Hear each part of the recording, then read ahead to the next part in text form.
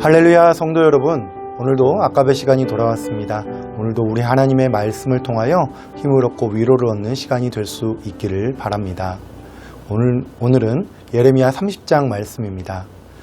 바벨론의 침략으로 수많은 사람들이 끌려갔고 유다 백성들은 두려움에 떨고 있습니다.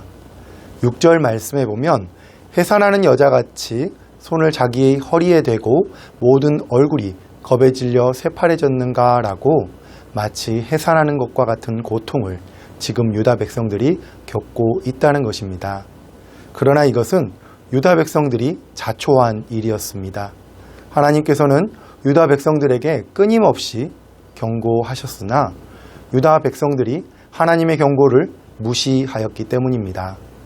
이에 하나님은 법에 따라 징계를 내리신 것입니다. 하나님의 언약을 버리고 사랑을 배신한 죄에 대한 공의로운 처분인 것입니다. 그러나 하나님의 징계는 사랑입니다. 하나님은 우리를 자식을 키우듯이 기르십니다. 우리가 자녀에게 가르치기 위해서 징계를 내리듯 하나님께서도 우리를 옳은 길로 인도하시고 가르치시기 위해 징계하시는 것입니다. 그러나 징계를 받는 유다 백성의 입장에서는, 우리의 입장에서는 또 그 시간이, 그 과정이 힘든 것은 사실입니다. 그러나 그 시간이, 그 과정이 꼭 필요하기에 그 시간을 우리가 잘 보내는 것이 중요합니다. 또 필요합니다. 우리는 그 시간을 잘 보내려면 어떻게 해야 할까요? 먼저 하나님의 말씀을 보고 듣는 것입니다. 1절 말씀을 보면 여호와께로부터 말씀이 예레미야에게 임하여 이르시니라 라고 기록합니다. 세상에는 많은 소리가 있습니다. 그 소리를 다 들어서는 안 됩니다. 어떤 소리를 들어야 합니까? 듣기에 좋고 달콤한 소리만 들어서는 안 됩니다. 누구의 입에서 나온 소리인지 잘 살펴보아야 합니다.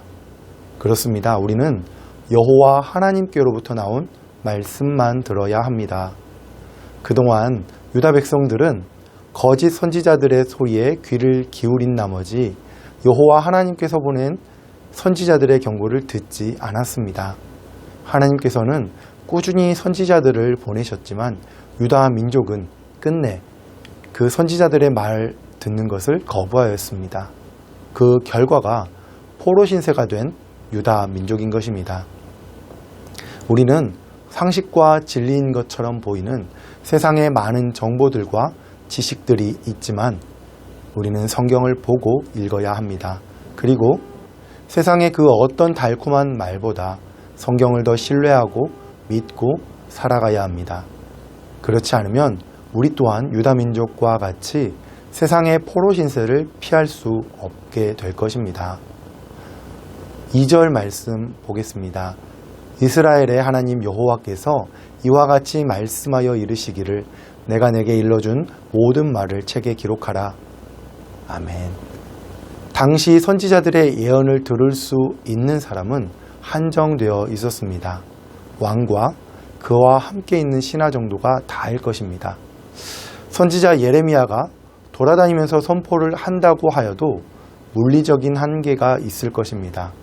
그런데 말씀과 같이 기록을 하면 왜곡 없이 정확하게 많은 사람들에게 전할 수가 있을 것입니다. 또한 이것은 기록이기 때문에 남아서 후대에 이어질 수가 있게 될 것입니다. 이것이 뜻하는 바가 무엇일까요? 바로 이 말씀은 모든 유다인들에게 적용이 되고 멀리는 후대의 사람들에게까지 적용이 된다는 것입니다. 바로 지금 이 본문을 읽는 우리에게도 이 하나님의 말씀이 하나님의 기록된 말씀이 적용된다고 하시는 것입니다. 하나님께서 유다 민족에게 말씀하시는 이 말씀이 지금 우리에게 하시는 말씀이라고 하는 것입니다. 맞습니까? 확인해 보기 위해 이어서 계속 보도록 하겠습니다. 3절 말씀입니다. 여호와의 말씀이니라. 보라, 내가 내 백성 이스라엘과 유다의 포로를 돌아가게 할 날이 오리니 내가 그들을 그 조상들에게 준 땅으로 돌아오게 할 것이니 그들이 그 땅을 차지하리라 여호와께서 말씀하시니라. 아멘. 하나님께서는 바벨론의 포로로 잡혀가서 두려움에 떨고 있는 유다 백성들에게 구원을 주시겠다라고 약속하십니다. 희망을 선포하시는 것입니다. 그러나 구원의 상황은 거론이 되지 않음을 볼 수가 있습니다. 다른 어떤 무엇도 아닌 하나님의 계획과 의지로 그 약속이 이루어질 것임을 말해주고 있습니다. 하나님의 전지전능하심을 말해주고 있는 것입니다. 또한 이스라엘과 유다를 동시에 언급하시는 것은 미래의 통일 왕국을 계획하고 계신 것을 알게 합니다. 우리는 세상을 살아가면서 수많은 정보들을 통해 계획을 세우고 그것에 맞추어 살아갑니다. 그리고 그렇게 사는 것이 성경에서 말하는 뱀처럼 지혜로운 것 마냥 자랑까지도 하는 우리의 모습을 보게 됩니다. 그러나 그 정보들 중에 또 그 정보들이 이끄는 방향이 성경에서 말하는 것과 다를 때가 있습니다. 그럴 때 우리는 너무나 상식적이고 거대한 세상이 흘러가는 방법이기 때문에 너무나 당연히 그것을 따라갈 때가 있습니다. 어디에서 나온 말인지도 의심하지 않고 그저 보여주는 것에 설득이 되어 흘러가게 됩니다. 그러나 그 끝은 세상의 포로가 될 뿐입니다.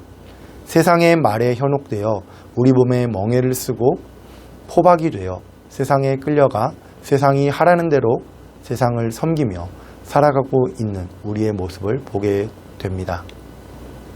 두려움과 절망에 낙심하여 떨고 있는 우리에게 하나님께서 말씀하십니다. 너를 세상의 포로에서 해방되게 돌아오게 할 것이다. 내 품으로 돌아오게 할 것이다 라고 오늘 말씀처럼 우리에게 소망의 말씀을 주십니다. 우리는 이 말씀을 믿고 나아갈 수가 있는 것입니다.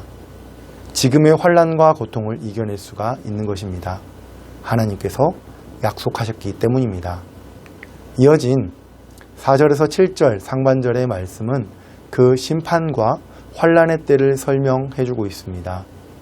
남자가 마치 애를 낳는 여자와 같은 고통과 두려움을 겪게 될 것이라는 것입니다. 여자분들은 다들 알고 계시겠지만 해산의 고통이 인간이 겪는 고통 중에서 상위 3번째 안에 드는 것으로 알고 있습니다. 그만큼 고통스럽다는 것이죠. 출산을 하기 전에 주변에 출산한 선배들에게서 수없이 많이 들어보셨을 것입니다. 그러니 아이를 낳을 때가 되면 새 생명의 탄생에 기쁨과 기대와 기쁨도 있겠지만 얼마나 두렵습니까? 그것을 오늘 성경에서는 겁에 질려 새파래졌다라고 표현하고 있습니다. 남자들이 가족과 나라를 보호하기 위해 앞장서서 싸워야 할 남자들이 겁에 질려 새파래졌다라고 하는 것은 소망이 없는 것이지요. 7절 말씀대로 야곱의 환난의 때가 된 것입니다. 하나님께서 내리신 심판의 고통을 그렇게 표현하신 것입니다. 그러나 하나님께서는 자신의 백성들이 고통 속에서 계속해서 신음하는 것을 내버려 두지 않으십니다.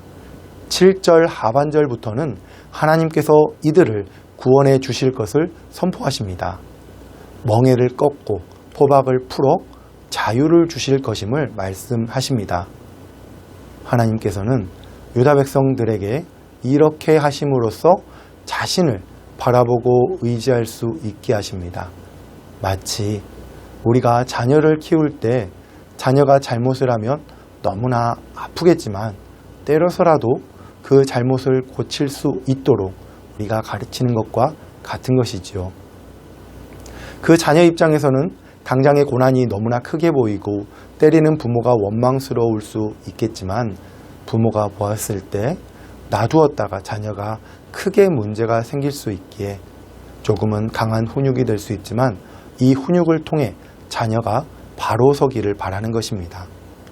지금 하나님께서는 유다 민족에게 그렇게 하고 계시는 것입니다. 지금의 고난이 유다 민족에게는 뼈아픈 고통이겠지만 아무리 경고를 해도 듣지를 않기에 이렇게 해서라도 돌이키게 하여 하나님의 백성을 삼으시려고 하시는 것입니다. 자, 그런데 8절, 9절에서는 다시 분위기가 전환이 되어 회복의 말씀이 선포되어집니다. 멍에를 꺾어버리며 포박을 끊어버리고 지금까지 가장 풍요롭고 강했던 다윗 왕정 때처럼 유다 백성을 세우시겠다라고 말씀하십니다. 그리고 그동안 유다를 힘들게 하고 압제했던 나라들을 멸망시키시겠다고 하십니다. 자, 그런데 여기서도 보면 그 멍에를 꺾고 그 포박을 끊을 때 그 주체가 하나님이심을 보게 됩니다. 8절 말씀입니다. 만군의 여호와의 말씀이라 그날에 내가 내 목에서 그 멍에를 꺾어버리며 그 포박을 끊으리니 다시는 이방인을 섬기지 않으리라. 아멘.